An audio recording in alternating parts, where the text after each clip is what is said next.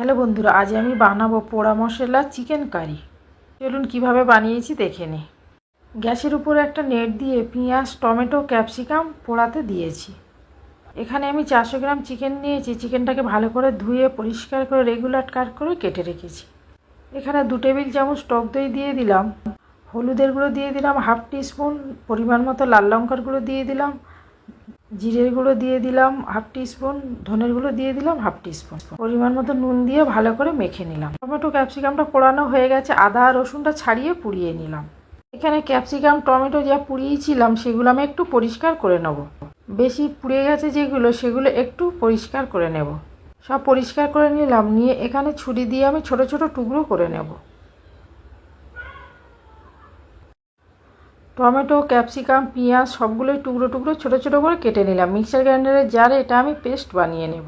Mixer গ্রাইন্ডারের জারে সবগুলো দিয়ে দিলাম, সাথে আদা রসুনটা যেটা আমি পুড়িয়েছিলাম সেটাও দিয়ে দিলাম, দিয়ে একটা মিহি পেস্ট বানিয়ে নেব।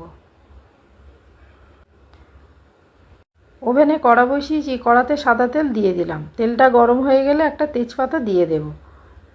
গরম হয়ে গেছে, আমি তেজপাতা দিয়ে দিলাম, সাথে যে মশলাটা পেস্ট করেছিলাম সেটা দিয়ে দিলাম।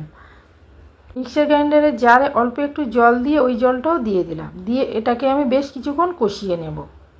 বেশ কিছুক্ষণ কষিয়ে নেওয়ার পরে তেলটা উপরে ছেড়ে গেছে। এবার আমি ম্যারিনেট করা চিকেনটা দিয়ে দিলাম, দিয়ে আরও একটু কষিয়ে নেব। কষিয়ে নেওয়ার পর ঢাকা বন্ধ করে কিছুক্ষণ রান্না করে নেব। কিছুক্ষণ পরে দেখুন ঢাকাটা খুলে নিলাম, কতটা জল বার হয়েছে। আরও কিছুক্ষণ কষিয়ে নেব। এখানে আমি গরম মশলার গুঁড়ো দিয়ে দিলাম, দিয়ে বেশ কিছুক্ষণ এটাকে আমি কষিয়ে নেব। বেশ কিছুক্ষণ কষিয়ে নেওয়ার পর দেখুন পুরো তেলটা ছেড়ে গেছে মশলার থেকে। এবার আমি পরিমাণ মতো জল দিয়ে দেব।